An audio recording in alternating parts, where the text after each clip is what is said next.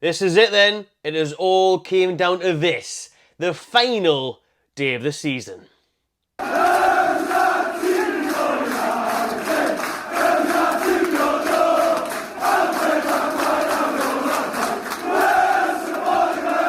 Hello everyone, welcome back to the Magpie Channel TV. Happy Friday.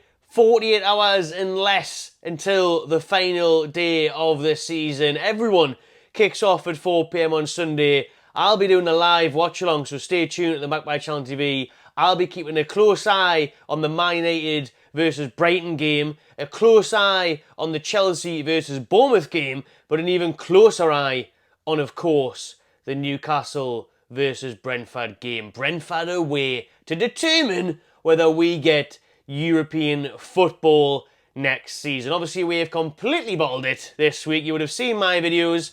I was down Old Trafford on Wednesday night, still absolutely devastated by that result. I was going to say performance, but performance-wise, it wasn't the worst. Listen, we had 20-odd shots.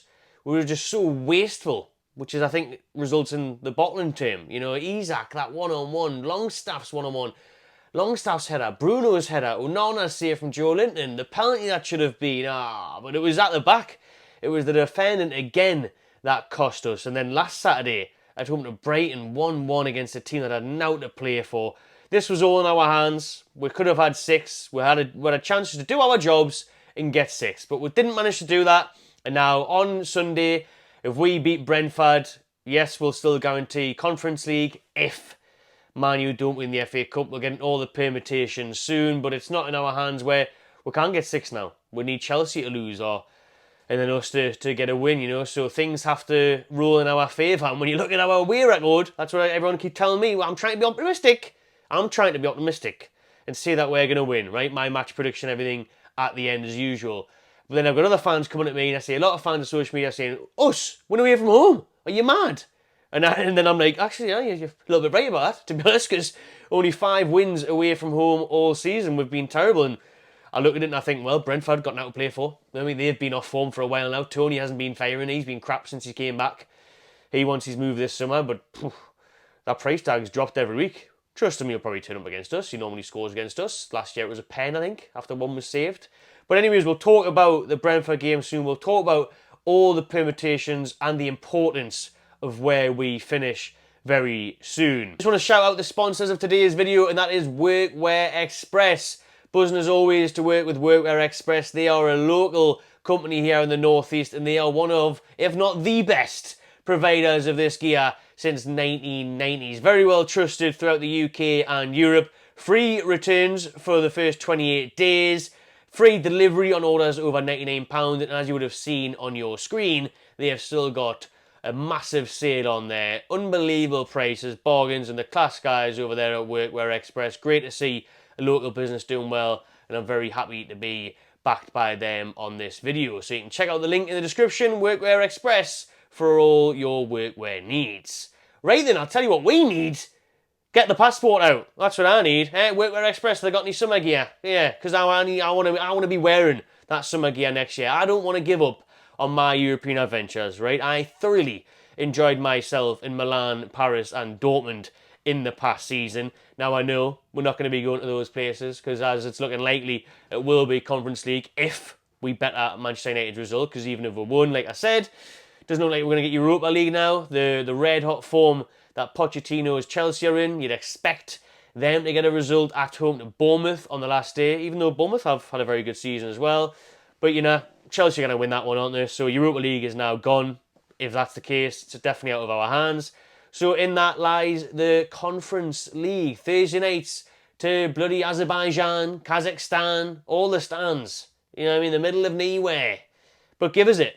I'm buzzing for it. I've said all along. And I hear some people saying, nah, Conference League is a hindrance. Don't want Conference League. Mickey Mouse Cup. I cannot believe people who call it a Mickey Mouse Cup when we haven't won a trophy for nearly 70 years. I want any trophy possible. Any trophy possible, give me. Do you know what I mean? I'm not going to be picky over whether it's the Conference League or the bloody Charity Shield. Do you know, I'm not taking anything. The Cellar Cup last year, that was arid. I want a proper trophy. And if it gives me European adventures, us memories, and even again welcoming other teams, and let's be honest, the Conference League does get good. in the knockout stages. Yes, you might have some mad teams in the group like Karabag and bloody Molde and stuff like that. When it gets to the knockout stages, Aston Villa got knocked out off Olympiacos in the semis. Very good team. Fiorentina in the final with them. And everyone says about, oh, I don't know, it's a bit of a joke cup, oh, is it that serious? Yes, it is serious. It is still a major honour. And let's be honest, West Ham won it and gave their fans an unbelievable parade, an unbelievable memory. Best time of their life.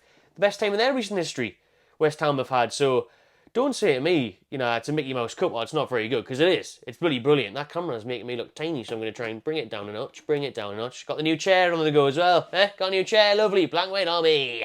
Got it for the watch-alongs. We're going to be nice and comfy, and we'll be doing more next season. But as I said, a trophy parade in Newcastle, whether that's a Conference League or not, I'd be loving that. I really would. So I'll take that all day long. We'll have some brilliant trips again with the travelling Magpies, and we'll have some great nights at home as well. And it is a realistic chance of us winning a major honour. It's a big chance for us to break that hoodoo, get the monkey off our back of not being able to win a trophy, and every other club taking the piss out of it, saying you haven't won now for 70 years. If we win that, hopefully it'll be a building block. Hopefully it'll elevate us on to the next one. The hardest trophy is always the first one. Man City said that after their takeover. Once they got the first League Cup, they end up winning 4 in a row. Once they got the FA Cup and the Premier League, and you know the rest. So you have to start somewhere. We start with the Conference League, amazing. And again, it's huge for everyone in the team, and Eddie Howe. This year has been a massive learning curve for Eddie Howe, for the players, on that European stage. Next season we'll hopefully see just how much they have learned from it all. So if we can go and get more valuable experience, fighting amongst more competition amongst Europe against some good sides and some really good sides in the knockouts, then it'll leave us in good stead in the future. And let's be honest, I think if you asked Anthony Gordon and Isak and the rest of them, obviously they'd want to be playing Champions League, but if he offered them any form of European football or none, they would take it. They would take Aston Villa. We're in the semi-final this year. They looked like they enjoyed it. They got knocked out. It's not that easy. West Ham, Declan Rice, he certainly enjoyed it, didn't he? Them celebrations. So I'm telling you now, these players would enjoy playing in the Conference League. Yes, it's obviously a downfall from this year, the Champions League, but that was too soon for us. We weren't a Champions League squad. We were not a Champions League squad. We're sore with injuries that had knackered us, even though the players did a very valiant effort with that, and we could have got out the group stages if it wasn't for a dodgy VAR decision in Paris. But for me, the Conference League is still decent. I'll still take it. I think it's very important for our future that we get this in terms of sponsorships, in terms of global appeal, because people again will be watching you from all over the world on a Thursday night, and listen how the extents we're going to try and grow as a football club and as a brand and gain more fans. We're going to be Australia next week on a post-season tour. Didn't even know that ever existed, a post-season tour. And then pre-season, we're going all the way to Japan. So this gives you another opportunity to grow and evolve and improve, and that's what they want to do as a club. And like I said, for players as well, it's a bit of an incentive. Yes, when you're signing new players this summer, it's not great, but Tosin Adarabioyo, who's linked from Fulham, Man U apparently won him as well. We're not from European football. We finish above them. They can't. That's a big step, and then hopefully you build and you get back in the top 4 next year, or Europa, top 5. And we'll go from there. And I think it's much better being on a European competition than not being in one at all. And again, it's very important for everything else that we stay in and amongst the mix of European competitions, because this weekend is massive. It's defining. It really is defining, because if we get beat on Sunday, or we don't get Conference League, or Man U going to win that cup, then it's a huge blow, and it can have a knock-on effect. Players may look around and think, I don't want to be here for a couple of years about European football, or are we going to progress, or we're going to digress? It's a risk. So Sunday is massive, and getting that result is huge, and it's vital for Newcastle United's future. Eddie Howe said we need European football. The captain Trippier has said it. We need some form of European football. It's better than none. So I'm game for it. I'm well up for it, and I'm really praying we get it. It's going to be an anxious, horrible, emotional roller coaster on Sunday when all the games are playing at the same time. Typical Toon that we couldn't have just wrapped it up last week against Brighton and made sure we finished above Man U and made sure we got top 7. Nah, of course couldn't do that. We just wanted to put the fans through it, get the stress levels up. Great. So like I said, the permutations are the following. So if Newcastle finish 6th and Man City win the cup, that would be Europa League. If Newcastle finish 6th but Man United win the FA Cup, that means we would then get Conference League and Man United would take that Europa League spot. If Newcastle finish 7th and Man City win the FA Cup, we get Conference League. And if we finish 7th but Man U win the FA Cup, we get sweet F4. So there we have it. And those are the permutations. I think we'll win. I think we'll beat Brentford. I think Chelsea will win. I think Man U might draw. But obviously all we've got to do is bet on Man U's result, and then we can finally say that we have finished above them for the first time in Premier League history, even though I'm gutted that we couldn't have claimed that at Old Trafford on Wednesday night. So they've got to go out there, give it the roll on Sunday. The Mags for one last time this season. It's been a long, hard-fought season. We have to start Joe Linton. Eddie Howe was asked about it in the press conference today. You know, why didn't you start Pope, Joe Linton and that? He basically said, because we've still got next season and we don't want to injure these players and put them at risk for being out long-term again. Joe Linton has definitely proved now, off the bench 3 times, that he is ready to start. Start him, please. Nick Pope as well. I'd rather have a 12% fit Nick Pope than a fully fit Martin Dubravka, because that bloke is so finished.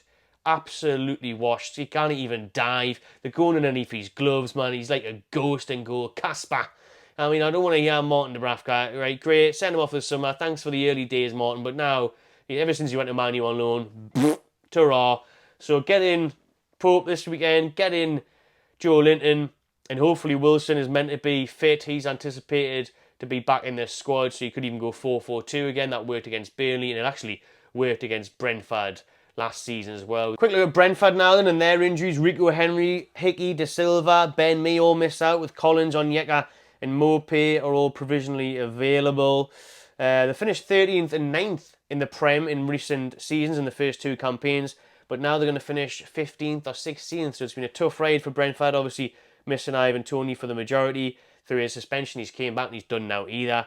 So Thomas Frank's actually linked with a Man U job as well. At home this season, Brentford have only won 5 times, drawn 7 and losing 6. So they've got a really poor home record to match our really poor away record. But the 2 times we have played Brentford in the Prem, we've won 2-0 and 2-1. It was actually a Ria own goal and an Isaac one, but I remember Wilson linking up well. But, you know, that'll do. We've waffled on enough for this video on this fine Friday afternoon.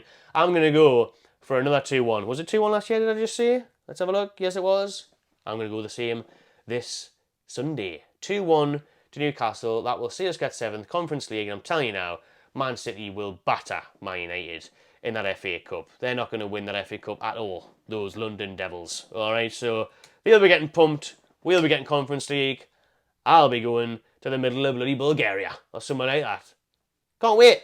Make sure you tune in to the live watch-along on Sunday from around 3:30, 4:45. We'll be going live to see how it all plays out on the final day of the season. Cheers for watching, people. Have a great weekend. Please do subscribe to the Magpie channel if you haven't already. Give this one a like and enjoy yourselves.